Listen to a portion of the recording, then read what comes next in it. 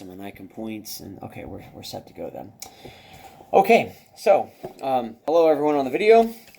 Here is your stats, sir. So what I did is I ran your data two ways. I ran it based on the exercise condition, which was to answer your research question. And then I also ran it by the order of sessions, regardless of condition. Okay. And we had talked about that as a way to establish whether there was a learning effect if people just got better at the test with time, regardless of if they were lifting or biking. So pretty much everything that you need to know or write down is essentially highlighted in this. And what I'm going to do is I'm going to walk you through it so we can figure out what it means, and then I'll talk about how that's going to get here on the page. Got it. Cool. So here's your descriptive stats right here.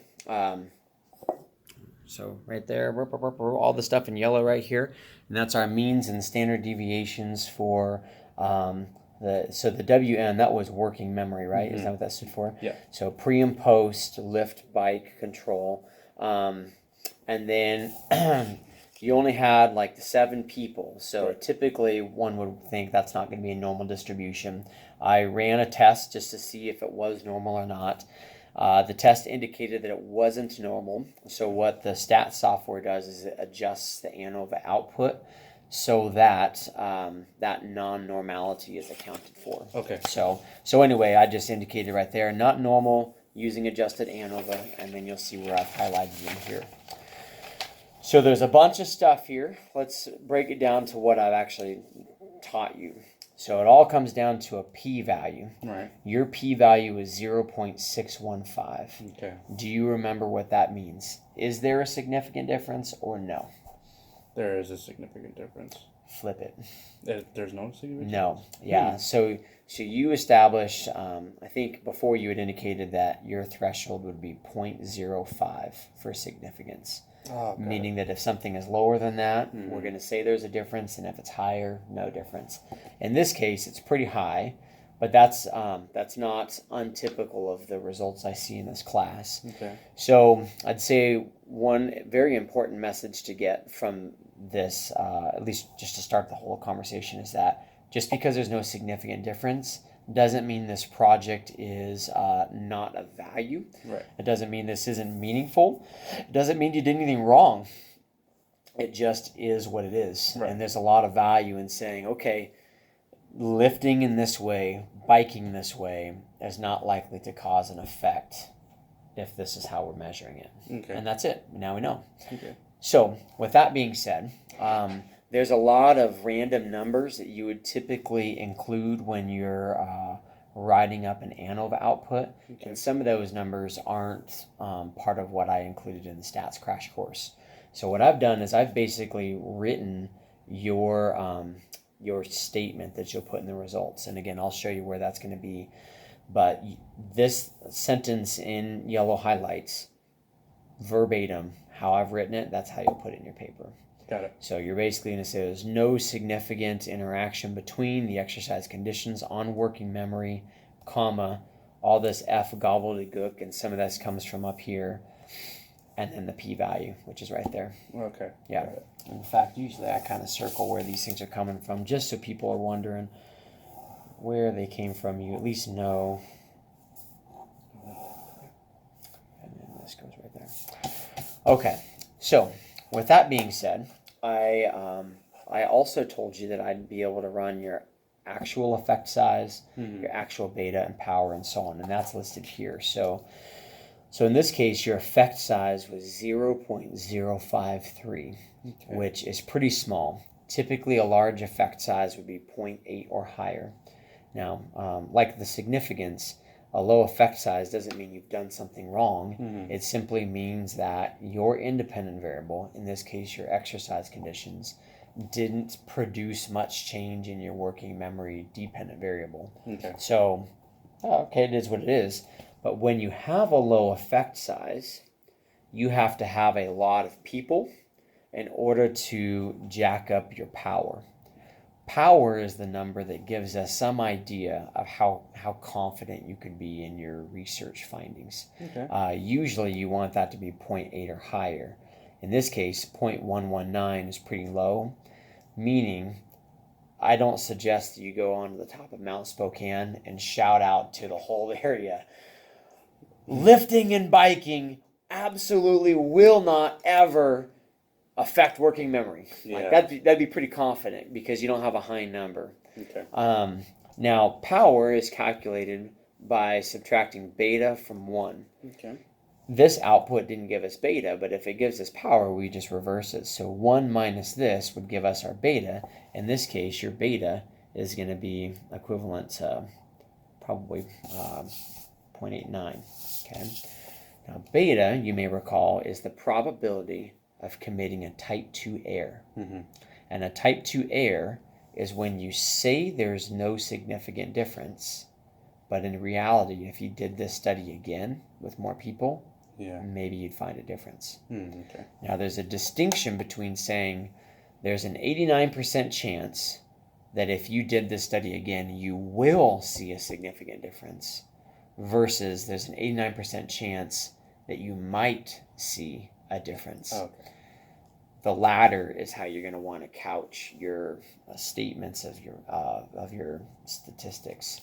So I think your go-to phrase, both in the paper and in the presentation, is going to be, under these research circumstances, biking and lifting did not affect working memory. However, there's a high likelihood that we're calling it wrong, and if we just sampled more people and did the study again, we might see a different result. Got it. Yeah. So, with that being said, effect size, power, beta. I'll also show you where these are going to go in your paper. Okay. And then if we flip it over, this was the analysis by session order, first, second, and third. And really, the only thing you need to know about is that right there. So if the p-value is 0.308, that also indicates no difference, which is a good thing. What that says is people didn't get better at taking the test over time. Okay. And if you look at their descriptives, just for context, if you look at the means for your first test, it was 514, second was 643, third was 629. There isn't a discernible pattern there. So that gives credence to that. Cool? Yeah. All right. So let's now talk about how this maps out onto your page. So let's put that right there. All right. On the sample paper, there's always going to be yellow comments in the margin here. And this tells you all of the content that's required in a section. Okay? It's almost like a checklist of, in fact, this is the line items from the eval sheet. Okay. So what I've done here is every time I've satisfied one of these line items, I've put a comment on it. That's what this is. That's what this is. That's what this is. Okay. In your case, your results is going to be really short because you only had the one dependent variable. Mm-hmm. You did a smart thing by keeping your study design fairly simple. Yeah. Because it doesn't take much space to write it up. Okay. So I think there's three things you're trying to accomplish here. You're going to include your descriptive statistics, which is this stuff highlighted in yellow. Okay. So the means and standard deviations for pre and post working memory, control, lift, bike. You need to include those. You need to include your inferential test result, which is this right here. And then you need to accept or reject your research hypothesis. Okay. However it was worded in your paper, and we can check that here in a second. So I would start this section off underneath the results header by literally putting a sentence that says something simple like descriptive statistics are summarized in table 1. Okay. Period. And then what you could do is at the bottom have a table like I've got here, and you can essentially structure this table. Let me scroll this up here. My finger, there it is. Okay. So I think you could cut and paste this table from the sample into your paper and just modify it, because you've got 3 conditions: control, lift, bike. So you could call this control, lift, bike, or whatever acronyms you're using in the paper. And then here you've got pre and post testing working memory. And then you're literally going to put the means and standard deviations from this table in just like this. Mean plus minus standard deviation. Got it. Mean plus, and this table's all set up for you. It's got to change it up. Awesome. Yeah. So you'll have one sentence up here. Descriptive statistics are summarized in table 1, period. Second sentence is this one I've written in your results for you, verbatim. There was no significant interaction between exercise conditions on working memory, blah, blah, blah, blah, blah, blah, blah, blah, blah. Okay. Third sentence, are you accepting or rejecting the research hypothesis? Do you remember what it was from your paper? I think we are rejecting. Probably rejecting. My guess is you indicated that one would have a... We believed aerobic would have the biggest impact. Okay. I want to look and see exactly how it was worded, because that might change how you word that rejection. So let's see here. Let's just go to paper. And then let's see here. What the heck? Your Pineapple Express.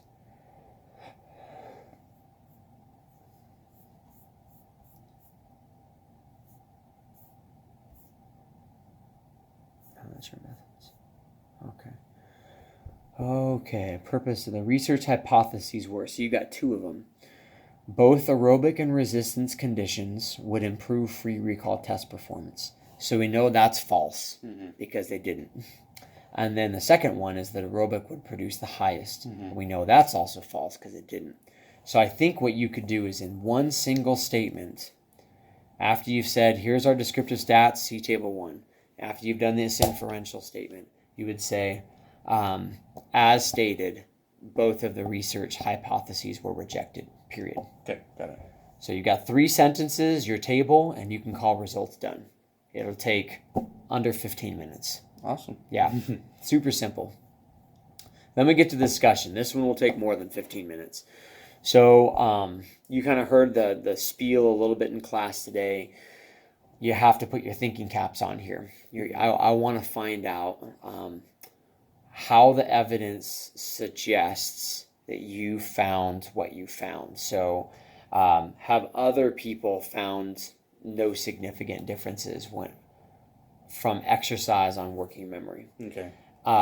If there was no significant differences, what was the same about those studies versus yours? Okay.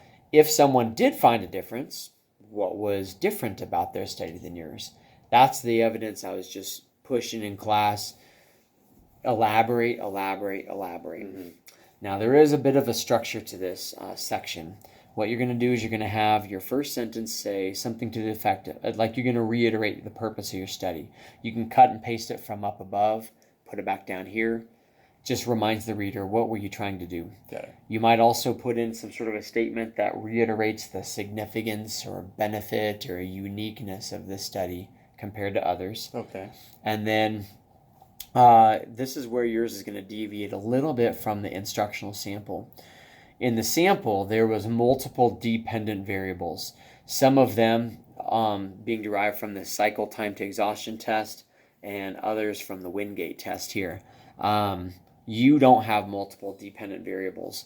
You just have the one working memory. So you don't have to have these subsections tied to dependent variables. I think you start with your purpose, you go into your significant statement, and then I think you launch straight into your explanation of how you found what you found. Okay. Again, I think that paragraph will probably be the hardest paragraph of the paper. And so just do your best to back everything that you feel is important up with evidence. Okay. But once you've done that, then you'll come down to the statistical considerations section. And the statistical considerations is a section where you'll provide your actual observed effect size, power, and beta. What we'll also speak to in this section is the fact that you didn't have a learning effect. Okay. So in the sample here, it talks about removal of an outlier. That doesn't apply to your project. Don't worry about it. Okay. I would lead with your learning effect thing. So I would say, have a sentence that says something to the effect of, to assess whether or not a learning effect occurred for the working memory assessment across subsequent sessions. The data was analyzed by session order regardless of condition. Okay. And you can re-listen to this recording and just dictate exactly as I've said it. All right. Okay. Follow that up with the second sentence. It says, upon such analysis, no learning effect was observed. Okay. And then in parentheses, you'd put the p-value that I've highlighted here, which was p equals 0.308. And then you launch into the second portion of the statistical considerations, and that's where you're sharing your actual observed effect size and beta and power. In this case, it would say something to the effect of the sample population size was small and equals 7, period. In combination with the small observed effect size, D equals 0.053, and high observed beta equals 0.89. The actual statistical power for the study was very low, 0.119. And then I would, so this is a wrong statement here. I would delete that one. I probably will delete that one. I would say something more to the effect of there was a high probability that a type 2 error occurred. And again, just for your own context, this doesn't have to be written here, but what that means is if you did this again with 1,000 people, you might still get the same p-value, but your power is going to be a lot higher, giving you more confidence in the research result. Got it. As is, you could redo this study and see something totally different. Yeah.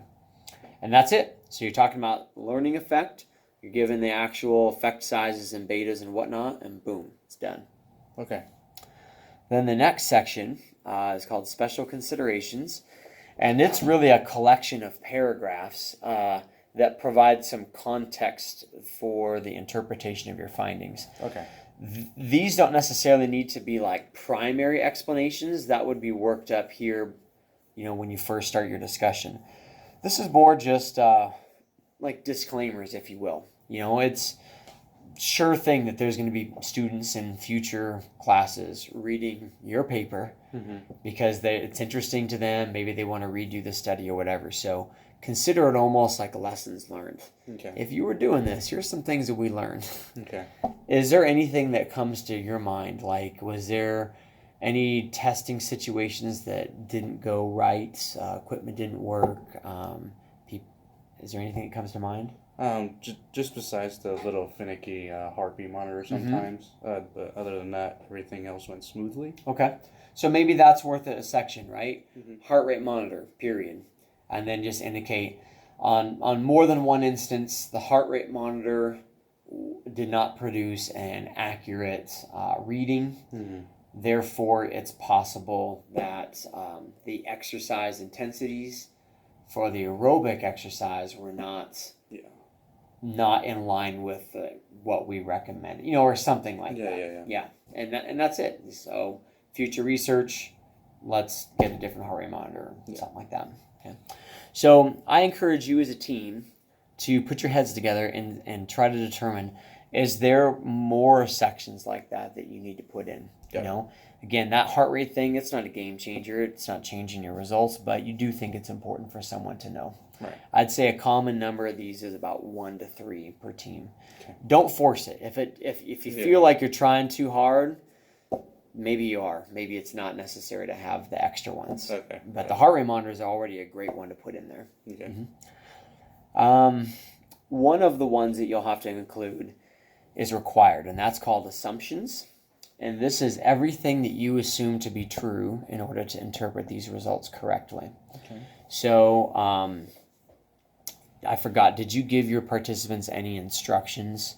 Like before you show up for sessions, make sure that you've slept well, or try not to do fatiguing exercise right before. What did you tell them? It was labeled in the procedure form when they signed at the beginning, but they were never reminded again. Gotcha. So I would say go to that procedures form, and you're going to include several of the instructions that you gave to them. Okay. All right, and again, all you're trying to say is we assume that people followed these directions. If they didn't, that's a game changer. Yeah. And then we come down to future research. What would you do differently?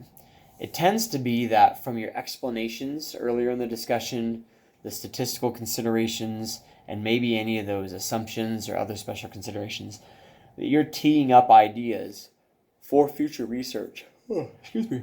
So what you're doing here is you're now hitting them, right? You're saying, okay, like for instance, in statistical considerations, you're going to mention that there was a high probability that you committed a type 2 error because your beta was 0.89. So a logical one to put in here is, because beta was so high, it would be great to sample more people in a future study to bring that down. Right. Done. So rather than having just a random list of things seemingly coming from left field, I would track this tightly to some of the other explanations earlier in the discussion. Got it. Yeah, we come up with three of them, something like that. I mean, it could be more, it could be less, but 3 seems to be pretty normal. Okay.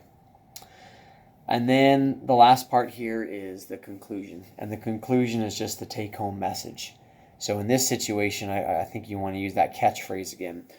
Under these research circumstances, aerobic or resistance exercise did not affect working memory.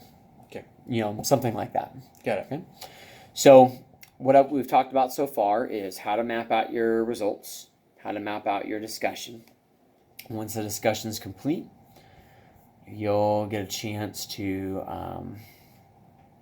finish your abstract as well. Okay. Right now, you've got this built up through the methods. So you'll add in the results and the conclusions. When you turn in your quote-unquote third draft to me, what I'll do is I'll look at that abstract and try to provide some specific feedback on how to shorten it or lengthen it. Okay. Got it. There's some criteria on the abstract that wasn't necessarily applicable when you were working on it earlier, but it's applicable now. The biggest one is the character range. You've got to put it in between about 2,000, 2,300 characters without spaces. Okay. So if you just go to the word count thing on Google or Microsoft, you'll be able to see what that number is. Okay. And I've seen it tends to be common for the first iterations of the abstract to be too short. So what I'll do is I'll make some suggestions for content you can add in. Okay. Yeah. And then the last thing you can do is you can update your methods. In the first paragraph of the methods, you're talking about participants. Now that you know how many people you had, in this case 7, you can update that number and include any descriptive info you might have. Got it. Whether that's age, height, weight, who knows? Okay. So the 4 things I'm looking for: results, discussion, completed abstract, updated methods. Okay. I think that, so without a doubt, results is super simple to do. There are some sections of the discussion that are pretty easy, like the assumptions and future research recommendations and so on. I don't think the abstract's too difficult to knock out, and the methods is ridiculously simple. Yeah. So hardest part really is just that discussion, your explanation of the findings. So what I'm looking for in your third draft is all 4 of those things, but I understand that if your explanations in the discussion are a little rough, that it's just a work in progress. That's okay. I want you to take a good stab at them. You might even call it a very robust outline where you've indicated all the articles that you're going to cite to help explain why you found what you found compared to other people.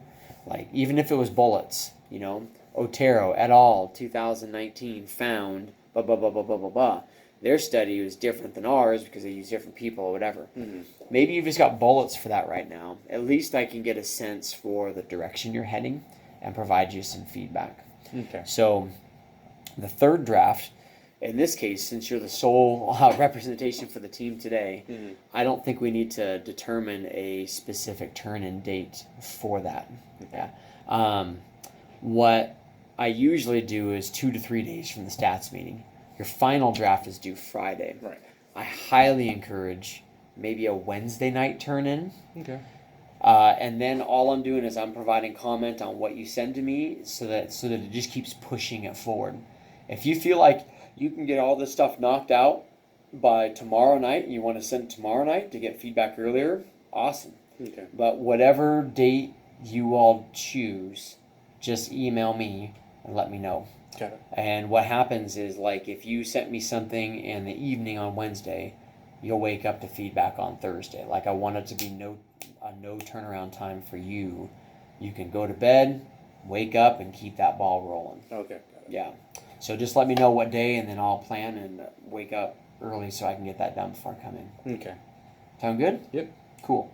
Questions on any of that? Not really. Just like hypothetically. Mhm. So like we used a Borg scale to keep them around a 5 or 6. Mm-hmm. Had we maybe go at a higher intensity, do you imagine maybe a major difference? Maybe. Tell me again how long they exercised for. How long was it? 10 minutes? About 20. 20 minutes. Yeah. And what test did you use for working memory again? We did just The like word list? Yeah, word list. Okay. And you said they were at like a 5 on the scale? Yeah. Out of 10, Mm-hmm. right? Did you get a sense from anyone, because they were telling you, right? I call it as a 5, right? Yeah. Did you get a sense that what they were saying was inaccurate, that maybe they should have scored it at like a 2 or a 3? It was just really easy for them? Possibly, yeah, from a couple of people. Yeah. Well, the only reason I ask is I've done one study like this myself, and what we observed was that learning was improved with low to moderate intensity exercise, but no exercise and really high intensity exercise actually detracted from learning. Okay. And I think the high intensity, they were so focused on surviving that they couldn't focus on the learning task. Now that study was a lot different than this one in that they were learning something that wasn't arbitrary, like a word list. Yeah. They were actually watching a video while exercising, and then they had to take a quiz on that video afterwards, and it was super relevant. It was like a medical procedure. Oh, okay. So with that being said, I think just the low to moderate intensity activity was enough to keep them kind of engaged, whereas when they weren't exercising, they were checked out, and when they were exercising too hard, they're focused on surviving versus learning.